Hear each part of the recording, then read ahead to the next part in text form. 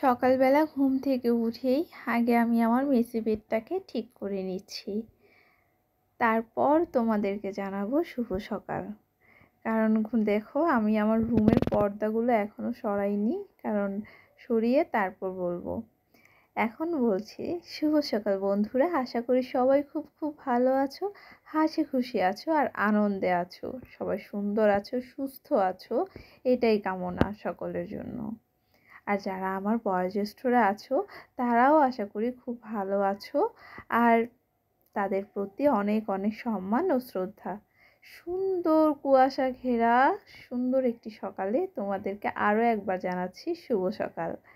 আজকে প্রচণ্ড ঠান্ডা, রোদ ওঠেনি, আর চারদিক একদম কুয়াশা দিয়ে ঘেরা। দেখতেই পাচ্ছ কেমন, আজকে জানালা তো ভুলেও খোলা যাবে না। তারপর চলে আসলাম আমার ভাইয়ের রুমে, ওর রুমটাও একটু গুছিয়ে নিচ্ছি। ও হচ্ছে সকালে উঠে এখন ফ্রেশ হচ্ছে, দেন ওর রুমটা গুছিয়ে তারপর হচ্ছে সকালের নাস্তার কি ব্যবস্থা করা যায় সেটাই করব। তো আমার ছোট ভাইকে পাঠিয়ে দিলাম যে তুমি যাও নাস্তা নিয়ে আসো, ও আজকে বললো বাইরের নাস্তা খাবে। তো বললাম যাও তুমি নাস্তা নিয়ে আসো, আমি রুমগুলো এতক্ষণে গুছিয়ে ফেলি।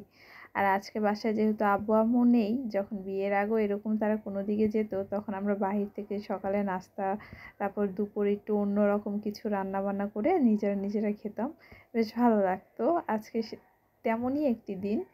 তো আজকে বলা যায় হচ্ছে নিজের বাড়িতে নিজেই রাজা। আসলে আমাদের বাড়ির আমরাই রাজা, আব্বু আর আম্মু একটু কাজে তারা বাইরে গেছে, তাই আজকে সব কাজের দায়িত্ব বলো ভার বলো আমার কাঁধে।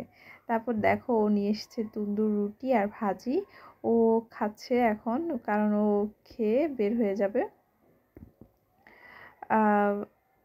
ও নিজেই গিয়ে নিয়ে এসেছে তন্দুর রুটি আর ভাজি, আমি ওকে কিছুই বলিনি যে ভাজি নিয়ে এসো বা কিছু। আর বলছিল আমাকে একটু দুধ চা করে দিতে, ও নাকি রুটি দিয়ে খাবে, তো আমি চলে গেলাম সেটা রেডি করতে। তারপর দেখো এখানে টমেটো আর আলু কেটে নিয়েছি দুপুরে রান্নার জন্য, আর এখানে তো পেঁয়াজ আছেই, আর এখানে সবজিগুলো হচ্ছে সব সেদ্ধ করে নিয়েছি।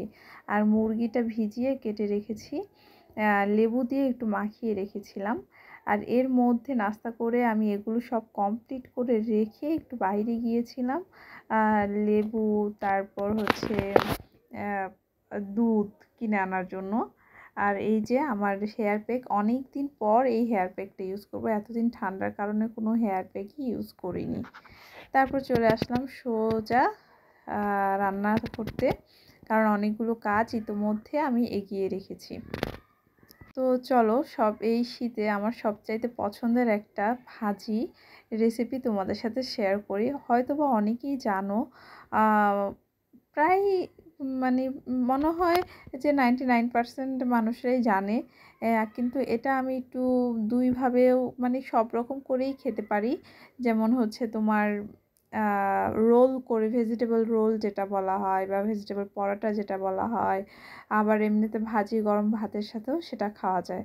তো দেখতেই পাচ্ছ আমি ইতোমধ্যে হচ্ছে পেঁয়াজ আর কাঁচামরিচগুলো দিয়ে দিচ্ছি।